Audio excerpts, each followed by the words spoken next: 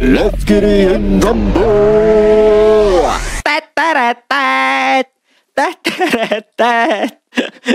Ayo belum cerita nih, langsung bahas film rasa suwe-suwe. Di cerita sebelumnya, masalah baru kembali muncul. Kini Haesong dipanggil untuk menjalani wajib militer sebagai pasukan cadangan. Padahal, misi penyamarannya adalah rahasia negara dan hanya segelintir orang yang tahu. Untuk menghindari kecurigaan, Haesong pun beralasan ke Suah kalau ia sedang sakit. Namun sialnya, setelah pulang dari pelatihan, Suah menelepon dan mengatakan kalau ia akan datang menjenguk Haesong. Hal itu pun membuat Sekoho dan tim langsung panik. Mereka pun meminjam perabotan dari tetangga agar rumah Haesong terlihat alami, selagi Suah masih terjebak macet. Dan pada akhirnya, Suah pun tiba. Haesong sengaja menumpahkan bubur ke celana Suah agar ia buru-buru pulang. Namun gara-gara kamarnya masih berantakan, kejadian romantis malah nyaris terjadi. Dan sialnya, Yonghun tiba-tiba pingsan karena menahan napas agar tak bersin dan membuat Sekoho dan yang lain ketahuan. Dengan refleks yang sangat bagus, Sekoho mendaba mengelabui Suah dengan pura-pura memberinya kejutan ulang tahun. Namun hal ini malah membuat Suah semakin curiga.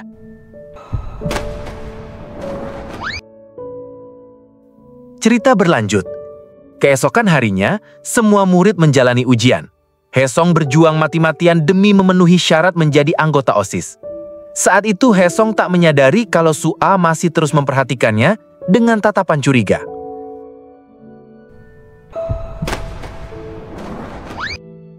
Singkat cerita, saat malam hari tim 4 pergi untuk makan bersama. Tak lama, Yonghun mulai menunjukkan perhatian lebih ke Mi-jung karena mulai memiliki perasaan pada Mi-jung. Sementara itu, Sekoh masih diliputi rasa khawatir karena Suah sepertinya mulai curiga pada Haesong. Sementara Haesong sendiri terlihat tak fokus karena memikirkan kejadian di rumahnya saat itu. Keesokan harinya, Suah terlihat membagikan hasil ujian kemarin. Haesong yang melihatnya pun mulai cemas karena takut nilainya jelek. Namun, semua usaha dan kerja kerasnya terbayar lunas saat ia melihat nilainya dan ia berhasil masuk peringkat 10 besar. Ia pun langsung mengabari tim 4 untuk membagikan kabar bahagia tersebut. Sementara di tempat lain, Myongju terlihat sedang membujuk Pak Yun ke para editor sebuah perusahaan media. Selama ini Pak Yun terus menulis artikel yang mencurigai proyek kota pendidikan yang sedang dibangun oleh Myongju. Tak ingin berita itu terus berkembang, Myongju pun menawarkan imbalan besar agar Pak Yun bergabung dalam proyeknya. Namun Pak Yun menolak tawaran Myongju mentah-mentah, karena baginya, kebenaran harus ditegakkan dan diungkapkan. Tak boleh ditutupi demi kepentingan pribadi. Kembali ke sekolah. Setelah berjuang keras untuk menjadi anggota OSIS, akhirnya Haesong pun terpilih sebagai anggota baru. Setelah Yena memilihnya di antara kandidat lain, ia pun langsung memamerkan ke teman-temannya sambil pergi dengan lagak yang sombong. Sementara itu, Suah masih mencoba menghabiskan rasa curiganya pada Haesong dengan menelpon sekolah lama Haesong. Namun ternyata, nomor itu hanyalah nomor palsu yang sudah dipersiapkan oleh Sekoh. Dalam telepon itu, Mi-jung yang mendapat peran pun langsung mengangkatnya dan menggunakan suara formal agar Suah percaya. Setelah telepon itu mati, Sekoh pun meminta semua anggota timnya untuk lebih berhati-hati dan sebisa mungkin menghindari Suah yang mulai curiga. Singkat cerita, upacara penyambutan Haesong sebagai anggota baru OSIS pun digelar. Di sana Haesong kembali bertemu dengan Suah yang kini menjadi pembimbing OSIS. Dan saat ruangan sudah sepi, Haesong pun langsung menyelinap untuk menyelidiki jam kakek.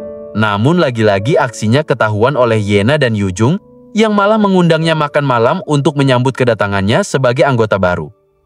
Tanpa diduga, ternyata Kim Rian, guru olahraga, juga seorang agen rahasia yang diperintahkan oleh Suah untuk mengawasi Haesong.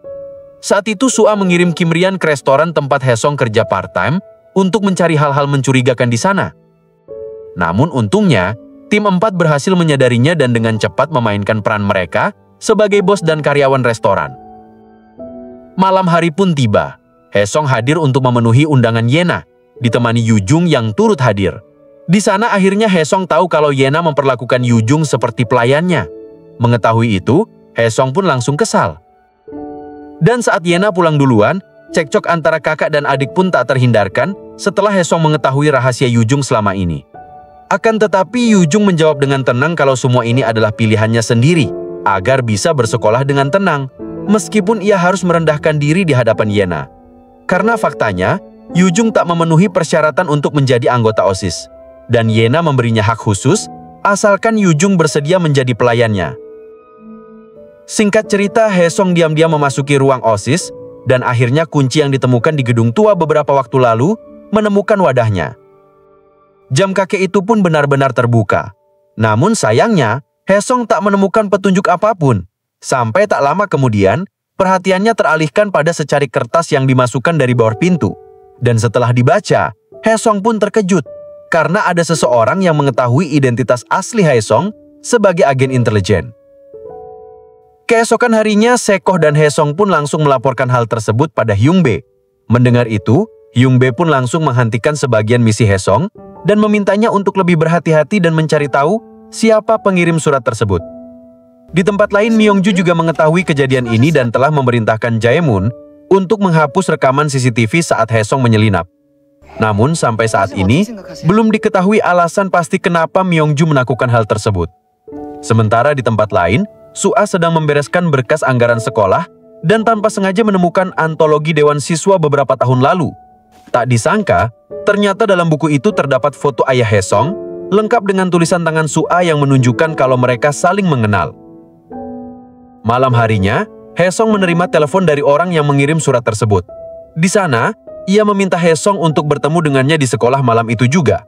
Tanpa banyak pikiran, Haesong langsung pergi ke sekolah. Dan tepat jam 12 malam, tiba-tiba jam kakek itu pun berbunyi.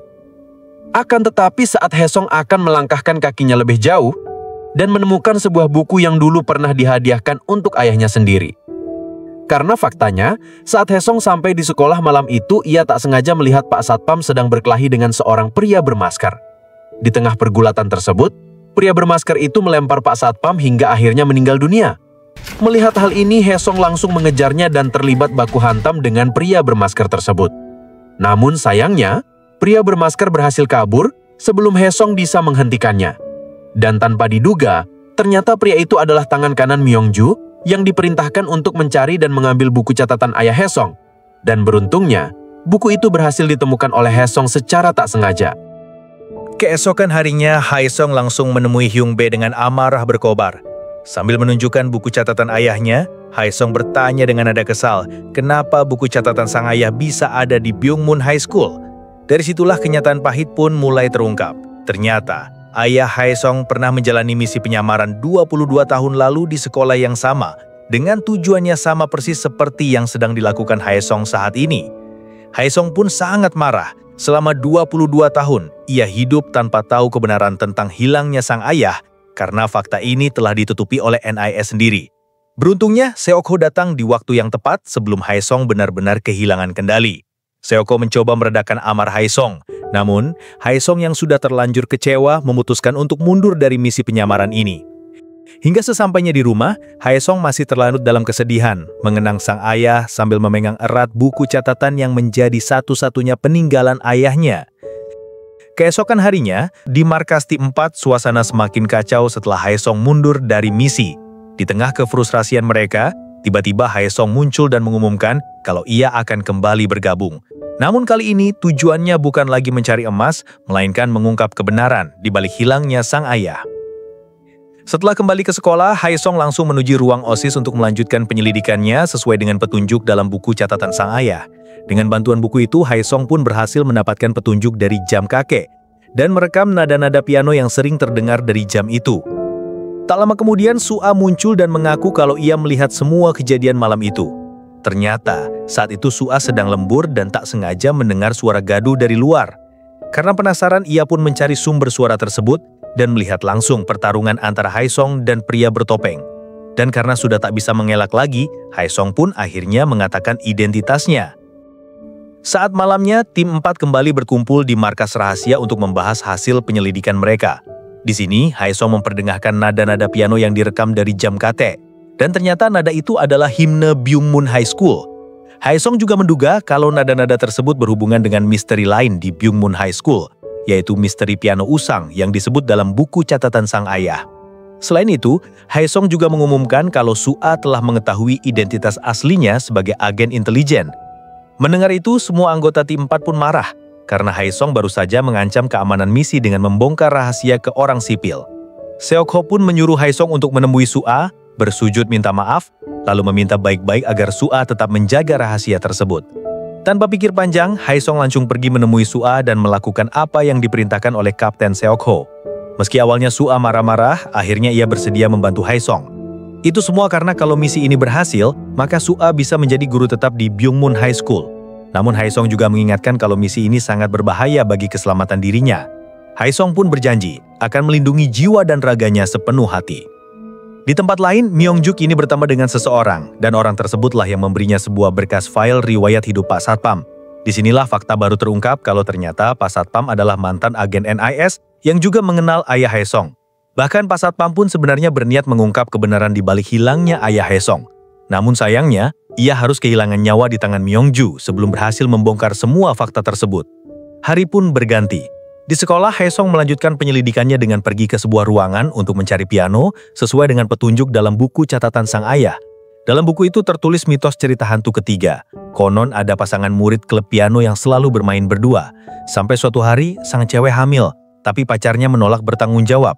Karena putus asa, akhirnya sang cewek pun memilih mengakhiri hidupnya.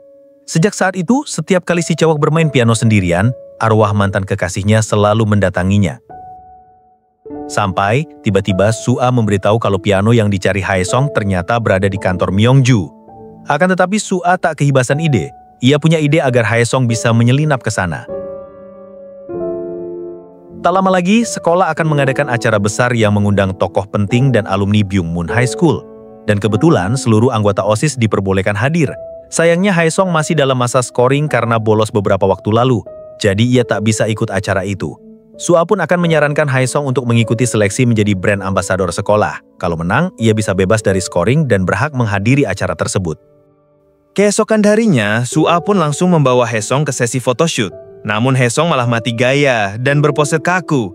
Melihat itu, Su'a pun memberinya sedikit tutorial agar Haesong bisa kelihatan lebih rileks dan bagus saat difoto. Dan tak butuh waktu lama, Haesong pun langsung mempraktekannya dan mendapatkan hasil yang memuaskan. Setelah sesi foto selesai, Su'a ngajak Haesong makan di kedai ibunya. Saat mereka ngobrol santai, Haesong malah salah fokus dan teringat pada cinta pertamanya. Saat akan pulang, hujan tiba-tiba turun, dan Su'a diberi payung oleh ibunya sambil dipanggil dengan nama masa kecilnya. Mendengar itu, Haesong pun tersadar kalau cinta pertamanya dulu ternyata adalah Su'a. Singkat cerita, Haesong pun pulang ke rumah sambil senyum-senyum sendiri. Saat itu, ia juga mengenang masa kecilnya saat Su'a melamar Haesong karena mereka saling suka. Waktu itu Su'a kecil berharap suatu hari nanti mereka akan menikah. Padahal Su'a sendiri belum sadar kalau Haesong adalah teman masa kecilnya. Dan gara-gara itu, Haesong malah jadi senyum-senyum bahagia karena telah bertemu cinta pertamanya. Keesokan harinya, Su'a piket di ruang guru dengan hati yang gembira gara-gara momen romantis malam. Akan tetapi, ia langsung kaget setelah tahu kalau Haesong melihatnya dari kejauhan. Di sana Haesong malah ngasih semangat ke Su'a dan membuat Su'a semakin salting. Karena penasaran, Su'a pun bertanya ke Kim Rian kalau ada teman cowok yang meluk di tengah hujan dan memberi perhatian, apakah artinya cowok itu jatuh cinta? Kim Rian pun menjawab dengan santai kalau hal seperti itu biasa aja dan tak ada istimewanya sama sekali. Namun belum sempat Su'a merasa lega, Pak Kepala Sekolah datang dan meminta guru-guru mulai mengumpulkan hasil pemungutan suara calon model brand ambasador SMA Byungmun. Awalnya, Pak Kepala Sekolah merekomendasikan Yena dan Yujung. Akan tetapi Su'a langsung menghentikan demi membantu Haesong untuk masuk ke acara sekolah yang akan datang. Sementara itu, di kelas, Haesong merasa sangat cemas dengan hasil votingnya. Hingga tak lama Haesonglah yang keluar sebagai pemenang. Melihat itu, Yujung pun merasa tak terima saat Haesong merayakan kemenangannya. Di malam harinya, tim 4 berkumpul seperti biasa untuk saling melaporkan hasil penyelidikan masing-masing. Tak lama terungkaplah fakta baru, kalau Jaemun telah menyuap polisi yang menangani kasus kematian Pak Satpam. Selain itu, Haesong juga menyadari kalau ruangan berkas penyelidikan yang tersimpan di bawah gedung tua ternyata berisi dokumen hasil penyelidikan ayahnya sendiri. Haesong pun semakin yakin kalau Myongju sebenarnya tak tahu tentang keberadaan emas peninggalan leluhurnya. Itulah alasan kenapa Jae-moon diperintahkan untuk merebut buku catatan milik ayah Hae-sung dari Pak Satpam. Sementara itu, Mi-jung melaporkan kalau lagu himne Byung-moon yang direkam dari jam kakeh adalah aransemen piano 4 tangan, artinya harus dimainkan secara berpasangan, seperti yang dilakukan oleh sepasang murid dalam cerita hantu piano usang tersebut. Namun tak ada satupun di tim 4 yang bisa bermain piano, hingga tiba-tiba Sua datang dan menawarkan diri untuk memainkan pianonya, sekaligus mengajari Hae-sung.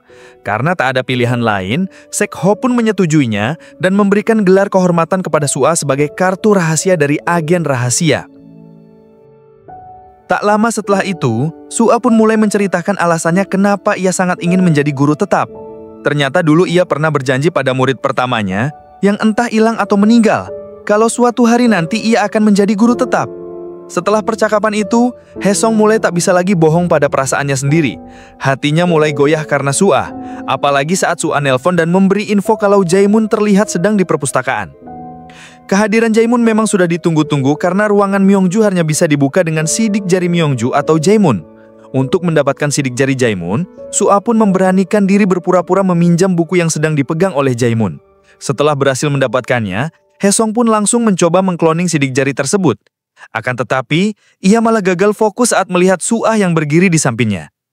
Tak hanya itu aja, saat Sua mengajarinya bermain piano, Hae-sung juga gagal fokus. Bahkan saat latihan bela diri pun, Hae-sung selalu salah tingkah karena hatinya makin berdebar-debar. Di malam harinya, sebagai agen kehormatan, Sua diundang ke markas Badan Intelijen untuk rapat strategi.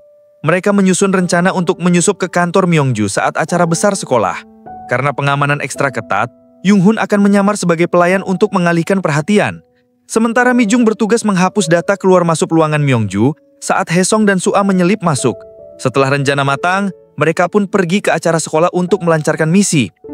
Dengan sikap gagah, Hae-sung memasuki gedung acara dan lagi-lagi ia tersentuh dengan penampilan Sua yang anggun dan memesona.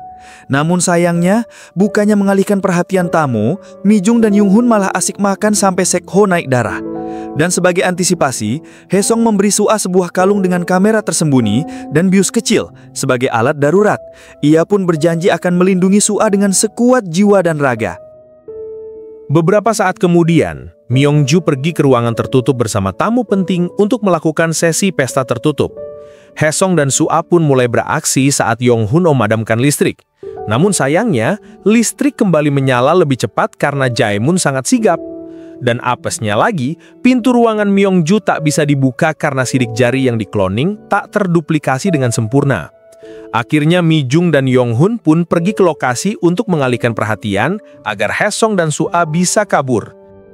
Hingga akhirnya mereka pun berhasil memasuki ruangan Myung-ju dan mulai memainkan lagu himne guru bersamaan dengan paduan suara yang saat itu sedang menyanyikan lagu yang sama.